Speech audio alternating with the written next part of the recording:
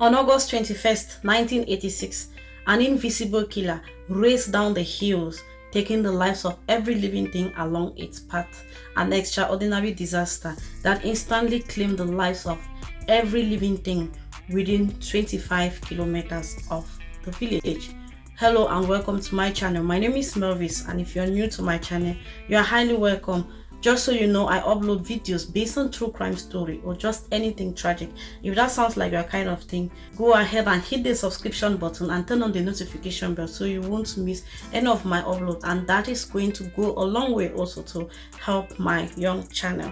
Without further ado, we shall be traveling to the beautiful country of Cameroon to find out why an entire village went to sleep and never woke up.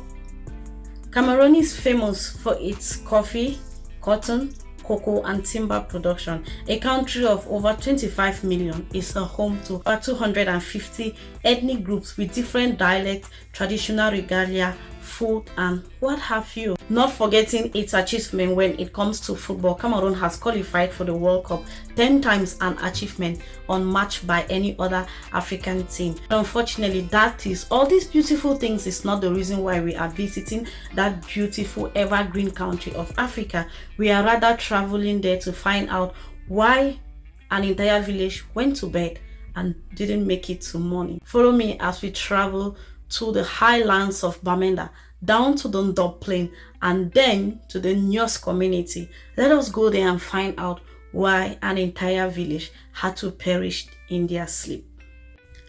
August 21st, 1986 was just a normal market day, just like any other. For those that are familiar with that part of the world, August is the peak of the rainy season. Farmers had gone to the farm to hurriedly get their remaining crops from the farm, that the rain shouldn't damage them, and the traders had equally gone to the market. The headmen had taken their cattle out for pastures and had retired. By 6 p.m. the entire village had retired for the evening and dinner was served. Every family member had retired for bed, but unfortunately little did they know that they had just had their last supper. They were not going to be fortunate to witness the light of the next day. On August 22nd, 1986, the usually busy village was eerily silent. Most of the inhabitants never woke up.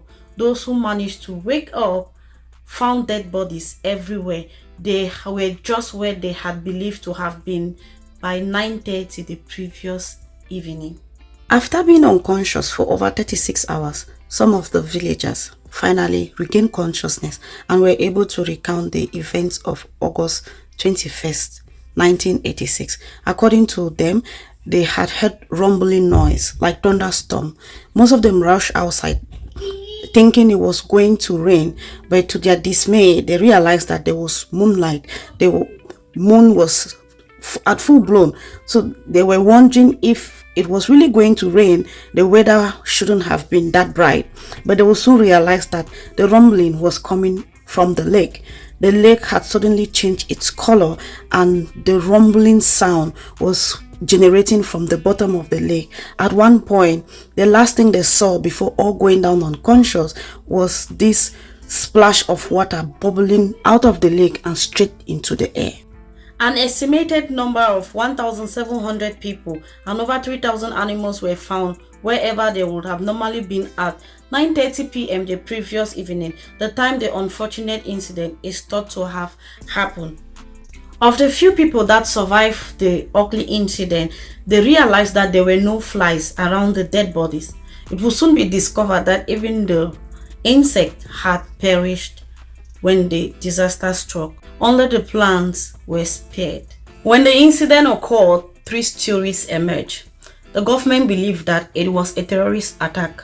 The villagers believed that their gods were angry. This was because, according to what their great-grandfathers or their ancestors had been telling them, something like that had happened in the past, a very long time ago, maybe hundreds of years ago, and they had to pass it down to them orally.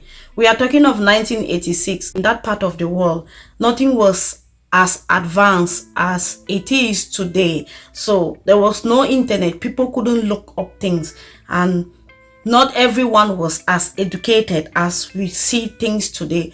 it was very difficult. And the third group of people believed that the white man had certainly brought some of their chemicals or waste products and dumped them into the lake as a means of disposal. Several weeks before the unfortunate incident, a chilling sight greeted the inhabitants of the lower News as the locals woke up one morning and realized that all the fish in the lake had died overnight. Their lifeless bodies were floating on the surface of the lake. In 1984, a village very close to Lake Nyos that harbors the Lake Mono, 37 people had suddenly died, those living around the lake. So the deaths were ruled as undetermined. Nobody knew why 37 people living very close to the lake suddenly died. This was one of the reasons why the government was confused and thought it was some kind of terrorist attack. The news of the mass death sent shockwaves across the world. It was a topic of every newspaper, and when scientists from the US and France got this, they decided to form an alliance to travel down to the country so as to seek government approval to travel many miles from the capital city to find out what actually happened. They were determined to find out why such a large number of people could just perish in a single day. After several weeks of examining the lake, dead bodies, and those that managed to survive the injuries they had on their bodies, scientists finally proved that it was a limnic eruption. Carbon dioxide had built up under high pressure in Lake Nyos, which is a volcanic lake. A landslide into the lake may have caused the gas to be released. A volcanic eruption under the lake might also have been the cause. The result was that the carbon dioxide burst out of the lake into the air, poisoning those in its path and then dispersing, giving limitations to oxygen. So anyone, including livestock and human beings, will die of asphyxiation. They will have this feeling of strangulation until they have nothing to breathe. When scientists were done with their research, they had to propose solutions so as to prevent future reoccurrence of a disaster of such magnitude. They decided that they were going to devise a means to release the carbon dioxide bottom of the lake in minimal quantities so that it doesn't build up and explode in maybe tens or hundreds of years to come. The plan of action was to put tubes right from the bottom of the lake so as to let the carbon dioxide release in minimal quantities. The first project was realized in 2000, and 2 decades later the government added 2 more tubes.